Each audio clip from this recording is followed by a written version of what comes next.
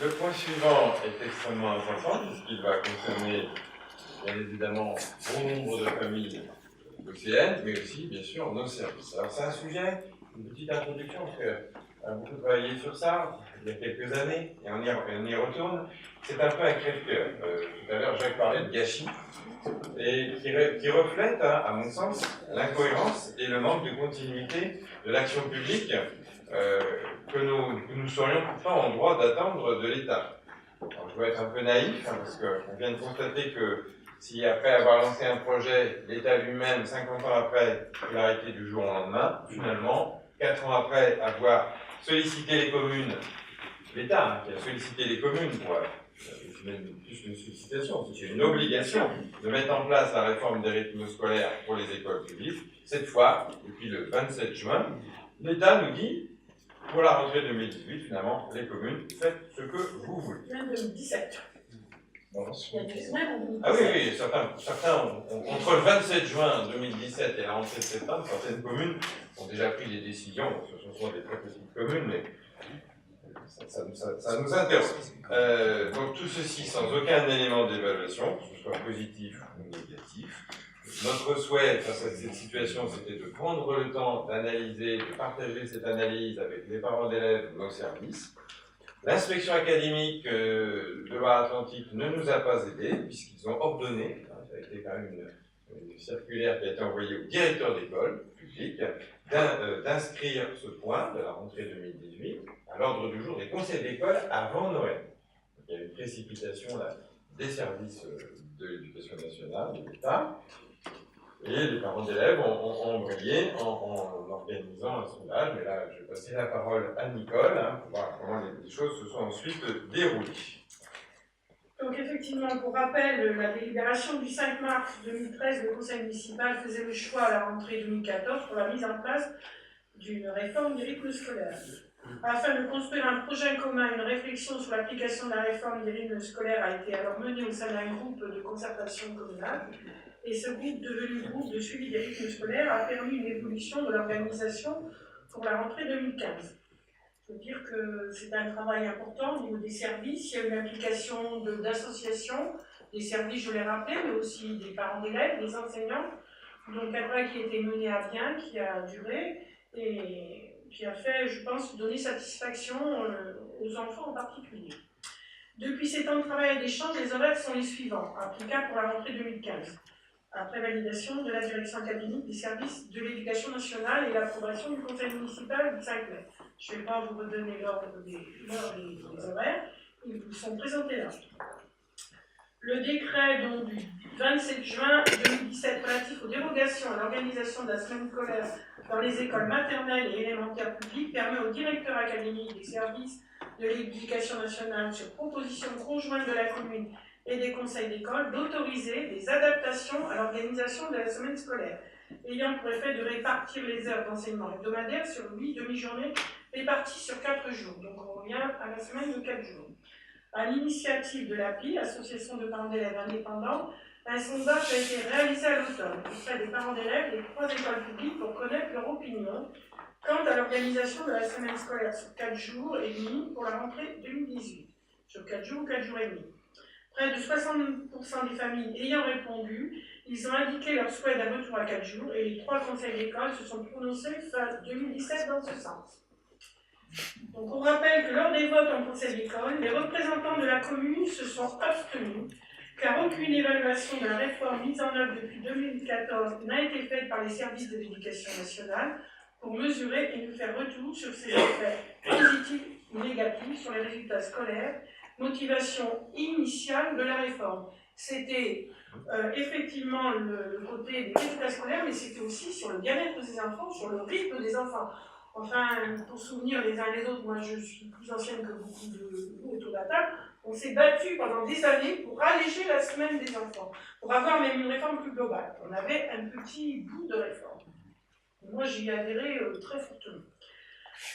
Et donc voilà, nous avons indiqué que bien que n'étant pas porteurs d'une demande de dérogation pour un retour à 4 jours, nous respecterions le choix des conseils d'école dans la mesure où une nette majorité des enseignants et des parents d'élèves s'exprimeraient. Les conseils d'école se sont prononcés et ont proposé les horaires suivants, que je ne vais pas non plus vous redire. En conséquence, la ville de Bourg demande une dérogation auprès du directeur académique des services de l'éducation nationale pour un temps d'enseignement hebdomadaire de 8 demi-journées répartis sur 4 jours et applicable à la rentrée 2018. Cette nouvelle organisation du temps scolaire impliquera pour la commune de redéployer les moyens existants sur toute la journée du mercredi en ANSH. Donc il va y avoir des conséquences, on va faire des propositions, on va les présenter au groupe de suivi d'étapes, qui ne sera plus le groupe de suivi d'étapes. Je me proposerai aussi, je ferai, disons, une explication, une proposition à la prochaine commission enfance et jeunesse pour que tout le monde soit au même niveau d'information. On en a juste commencé à en discuter hier en BM, puisqu'il y a un travail qui est fait, un travail important qui est fait par les services. Je dois dire pour ma part que j'ai participé à tous les conseils d'école avec Laurent, parce que voilà, c'est comme ça, et que pour ma part, je continuerai à m'abstenir sur cette proposition. Je ne vais pas voter ce choix, parce que je défends ce rythme scolaire, et pour moi, le bien-être des enfants, c'était la priorité, et je pense qu'on n'en a pas mesuré toutes les conséquences, et que peut-être on aura quelques regrets dans quelques temps. Merci Nicole pour ta présentation. Y a-t-il des demandes d'intervention sur ce sujet? Monsieur Perrier et Monsieur Louvet va certainement m'éclairer, sûrement, parce que moi j'avais compris qu'au mois de juin 2017, l'Académie avait demandé de réfléchir. Et Jacques Garot, d'ailleurs, dans son intervention liminaire, a bien dit que l'inspection d'académie n'avait pas aidé. J'en veux pour preuve, c'est que moi j'étais resté avec l'idée que la copie, si je puis dire, devait être retournée à l'inspection d'académie, à l'académie, le 15 décembre 2017. C'était le sens, moi, que j'avais lu, la notice qui accompagnait le décret. Est-ce qu'on est bien d'accord là-dessus? Est-ce que je me trompe? Non. Des petits aimants. Le 27 juin, c'est pas l'inspection académique, c'est la circulaire ministérielle. C'est le décret. Voilà, c'est le décret Il y a ministériel. une notice. Hein. Qui dit, c'est le gouvernement là, qui dit, voilà, Oui, vous pouvez choisir entre 4 jours et 4 jours et demi. C'est traduit par une circulaire de l'inspection académique, qu'on appelle le DAZEN, au mois d'octobre. Moi, en tant que maire, je reçois un courrier en octobre, qui me dit, alors octobre c'était déjà bien engagé, il va falloir se prononcer en conseil d'école pour le 15 décembre. Donc, on est bien d'accord, c'est bien ce que j'avais noté. Les 3 conseils d'école publics se sont bien réunis avant le 15, et moi j'ai fait un courrier, parce qu'on a essayé de... Il n'y avait pas de crainte, hein. On a fait 2 courriers. On a fait un premier courrier à l'inspection académique pour lui dire que c'était pas très sérieux cette date du 15, parce qu'il fallait étudier les conséquences, et il le motivait dans son courrier du mois d'octobre sur le fait qu'il fallait répondre à la région qui est organisatrice des transports. Voilà. Il oubliait une petite chose, c'était valable pour tout le département, sauf pour les 24 communes de notre métropole, où c'est toujours la métropole qui organise les transports. C'est pas la région pour les transports scolaires, pour la métropole. Donc, son motif n'étant pas tout à fait sérieux, je l'avais écrit en disant, je n'ai pas été le seul au niveau des maires, en disant, on va vous répondre en début d'année 2018. Mais comme les conseils d'école se sont prononcés à l'unanimité, on a quand même fait un courrier en disant, sous réserve d'une validation au premier conseil de l'année 2018, voilà la tendance des conseils d'école. C'était le sens de ma question, parce que de 2 choses l'une, soit la ville de Boye a fait un courrier en disant on est, suite aux différentes réunions, etc., on est pour 8 demi-journées, c'est bien ça, et auquel cas je ne voyais pas l'intérêt de cette délibération. Alors on est obligé. Ou alors, c'est une délibération, ce qui me gêne dans cette délibération, au-delà du fond, après, qui est plus important d'ailleurs que la forme, qui est beaucoup plus important que la forme, mais on est sur une délibération a posteriori, quoi. C'est ça qui me gêne un peu. Non, il n'y a que les délibérations qui comptent. Le courrier que j'ai fait, c'est un courrier du maire, il n'a pas de valeur, si vous voulez. C'est un courrier indicatif. Si le coup est parti, eux, ils ont rentré ça, et puis c'est bon, c'est validé. Ça sera validé. À l'académie. Non, il y aura un CDEN, Conseil départemental de l'éducation nationale, qui va se réunir en février, il y en aura même un autre après. Donc, parce que la décision finale, c'est le 22 février. C'est ce C'est ce que la notice qui accompagnait les experts. C'est ça. Donc on est bon, hein, parce qu'aujourd'hui on est le 25 janvier, on va demain. Non, mais c'était juste pour savoir si c'était parti avant le 15, et là en fait, on entérine a posteriori. Non. Non. Mon courrier. Il n'y a que, de toute façon, les horaires des écoles, il n'y a que la municipalité, il n'y a que le conseil municipal qui peut les valider. Ça fait suite aux interventions, au vote du conseil d'école, il n'y a que le CDE. Non, mais là-dessus on est d'accord, j'avais bien compris. Mon courrier. Je crois qu'on parle de la même chose. Mon courrier avant Noël, c'était pour donner la tendance des 3 conseils d'école et de dire que on respecterait, qu'on proposerait au conseil municipal ce qui vous est présenté aujourd'hui. On a bien informé l'éducation nationale, on aurait cette réunion aujourd'hui, et que le conseil municipal reste souverain et il pourrait décider, décider tout à fait autre chose. D'ailleurs, je vais citer. Il y avait Laurent qui avait demandé la parole. Le micro ne marche pas, moi je parle Ah, sabotage. Moi je voulais en fait intervenir, donc je vais voter pour en fait ce soir, mais puisqu'en fait on s'est engagé donc, à respecter le vote des conseils d'école, donc c'est le respect de la parole de l'île. Par contre, à titre personnel, je suis contre et je suis contre en fait ce retour à 4 jours.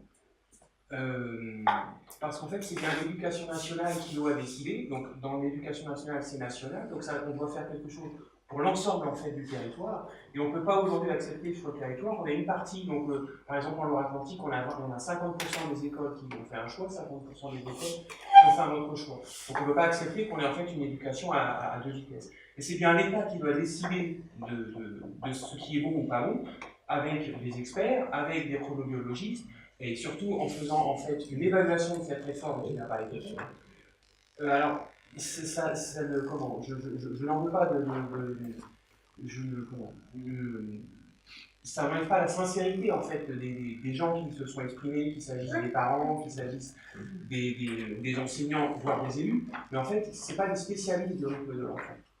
C'est des gens qui vivent auprès des enfants, mais pour autant, ce n'est pas des spécialistes du rythme de l'enfant. Je pense que dans tous ces débats, il y a une confusion entre le rythme scolaire et le rythme que la société donne aux enfants. Et ce n'est pas la même chose. Et le rythme scolaire, ça doit être donné par les chronobiologistes, par les pédopsychiatres, par le Conseil supérieur de l'éducation, etc., qui eux ont un avis. Et je pense que c'est eux qui doivent s'exprimer et pas des gens individuellement. On rappelle quand même, on l'a dit, ça a été voté majoritairement par les familles 60%, mais ça veut dire que quand même 40% des familles sont pour le maintien de ce temps scolaire. Hein. Donc c'est quand même important, il faut s'en rappeler. Il faut voir aussi toutes les conséquences, hein, au niveau des centres de loisirs, au niveau de l'organisation. Sachant qu'en Atlantique, il y a 25% des enfants qui vont rester en fait 4 jours. Donc le débat, à mon avis, n'est pas clos, parce que ça va poser des problèmes de remplacement pour les enseignants, etc. Comme je pense que c'est un sujet qui reviendra parce qu'il n'est pas clos. C'est une fausse mesure qui nous a été proposée. Monsieur Buffès. Oui, juste par curiosité comme ça, si les associations de parents s'étaient prononcées d'un avis contraire, est-ce qu'on aurait pu avoir sur la commune 2 rythmes différents? Ah non. Par contre, là, l'éducation nationale a été très claire. Il faut que ce soit le même rythme. C'est une question qui a été posée directement d'ailleurs par d'autres communes, hein, des collègues qui m'en ont plus tard, parce que le retour qu'on a eu, on a quand même eu un échange avec les parents d'élèves, il y a eu une concertation là, avec eux après leur sondage. Ce qui ressortait autour de la table, les parents d'élèves, enseignants avaient l'air, et nos services d'ailleurs, nos services municipaux étaient assez unanimes, c'est-à-dire qu'en maternelle, le rythme des 4 jours que nous avions était difficile à supporter. Donc la fatigue, il la ressentait. Que par contre, le rythme des 4 jours et demi pour les élémentaires était plus supportable. Quand on est en CM, on est quand même voire très bénéfique pour les CM1, les CM, on n'est pas loin du collège, donc ça les met déjà dans ce rythme-là. Donc finalement, on avait, pour des enfants d'âge différents, des avis différents. Donc la question, et dans d'autres communes c'était pareil, ils ont posé la question, c'est vrai que c'est compliqué pour les parents, si le rythme, quand on a des enfants en maternelle et en élémentaire, d'avoir 2 rythmes différents, ça devient un peu compliqué comme organisation. Et là, l'inspection a été très claire, impossible, dans une même commune, d'avoir un rythme pour les maternelles, un rythme pour les il y a le élémentaires. transport scolaire, enfin il y a tout, la restauration. On est dans des choses quand même qui sont assez cadrées, on a plus. Sur ça, en tous les cas, on n'a pas la main. Y a-t-il d'autres expressions? Parce que le sujet est forcément important et chacun a une opinion et l'exprimer. Et moi, je respecterai, hein, on respecte, on se dit que on se donnait une liberté de vote, puisque ce n'était pas des choses sur lesquelles on avait, nous, pris des décisions Des engagements. dans notre programme. Dans notre programme, on avait mis, je me souviens, que nous allions justement mettre en œuvre, parce que ça a été mis en œuvre en 2014 après les élections, donc on voulait mettre, on s'était engagé à mettre de la concertation pour la mise en place du rythme scolaire. Oui. Moi, juste, pas forcément sur le vote, mais ce qui est quand même aussi regrettable sur la commune, c'est que les tables qui étaient quand même d'une très grande qualité pour avoir des enfants qui ont vraiment fait des très belles choses sur la commune, ces tables vont être arrêtées. Et je trouve que c'est bien dommage parce que les enfants apprenaient beaucoup et ils appréciaient ces temps. Alors, merci de finir par ça, je pense que c'est bien parce que ça fait une unanimité dans la concertation qu'on a pu avoir. Les représentants des parents d'élèves ont souligné effectivement ce travail-là. Donc ça faisait aussi plaisir, je pense, à nos agents parce qu'ils se sont investis et on a fait des recrutements de qualité pour aller dans un sens de projet pédagogique, de la garderie, parce qu'il y a quand même beaucoup de communes où ce temps d'étape s'est transformé en temps de garderie, en récréation. Nous, on a fait des activités et ça a permis aussi pour certains de nos agents, je pense aux Alsaces en maternelle, de découvrir, d'augmenter finalement leurs capacités. Elles sont plus seulement Alsaces, elles sont sur certains temps animatrices et on va voir dans le cadre de la réflexion qu'on a en revenant à 4 jours, comment ces compétences-là nouvelles qu'elles ont acquises, on va essayer de ne pas les perdre. On va essayer de faire en sorte qu'elles puissent aussi pouvoir... Au niveau des équipes, ça a soudé des équipes, il y a eu un travail d'équipe différent et tout, je pense que c'était plus bénéfique. Camille. Non, puis une chose qui a été bénéfique aussi, alors là c'est sur la partie associative, ça a permis de pérenniser certains emplois qui n'étaient pas forcément plus des contrats aidés, parce que c'est vrai que la collectivité a été chercher du temps auprès d'animateurs sur des associations. Ce temps-là ne sera plus présent, et c'est vrai que alors, moi le regret que je peux avoir, c'est qu'il n'y a pas eu en fait de mise en visibilité auprès des personnes sondées de toutes les conséquences et donc des pertes d'emploi pour certains, des mises en difficulté d'associations. Et voilà. D'accord, on peut l'illustrer. On avait un emploi aidé, le Football Club de Voie, il y avait un emploi aidé, mais difficile de l'occuper complètement avec son activité d'entraîneur au foot.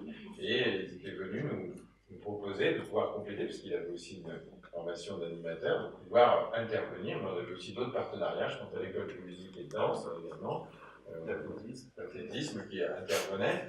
Et puis la CICADEL pour les associations environnementales. Bon, ce travail-là, on continuera de le retrouver pour certains aspects de l'environnement, mais bon, pour d'autres, ce lien va être rompu. C'est dommage, parce que tout le monde en tire un bilan positif. Oui. Juste une dernière question. Que va devenir les agents qui ont été recrutés dans ce cadre des emplois de table?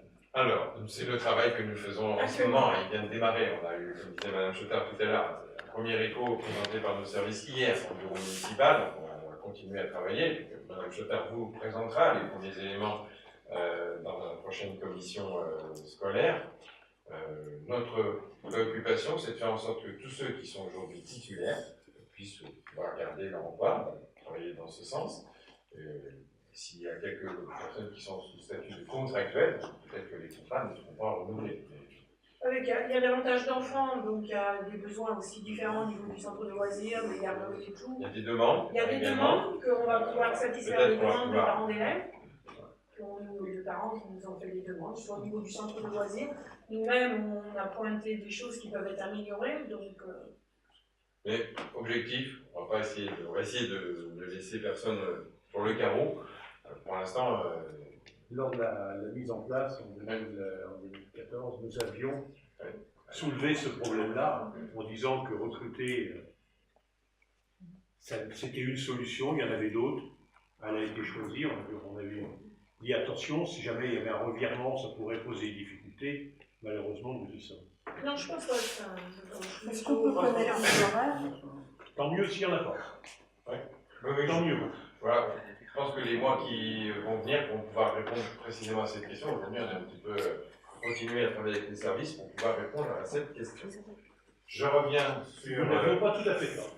Je reviens sur cette question du rythme qu'il nous faut valider. Donc, êtes-vous en accord pour valider les horaires qui sont proposés là, qui sont organisés sur 4 jours. 4 jours. Donc, qui s'abstient? Et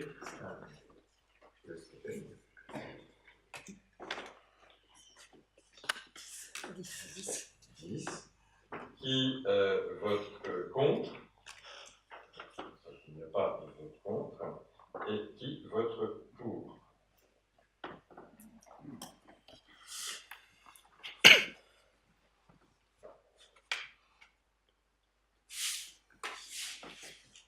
Vous êtes à Vous voulez qu'on va remettre les mains peut-être parce que voilà, on va recompter tout le monde quand même.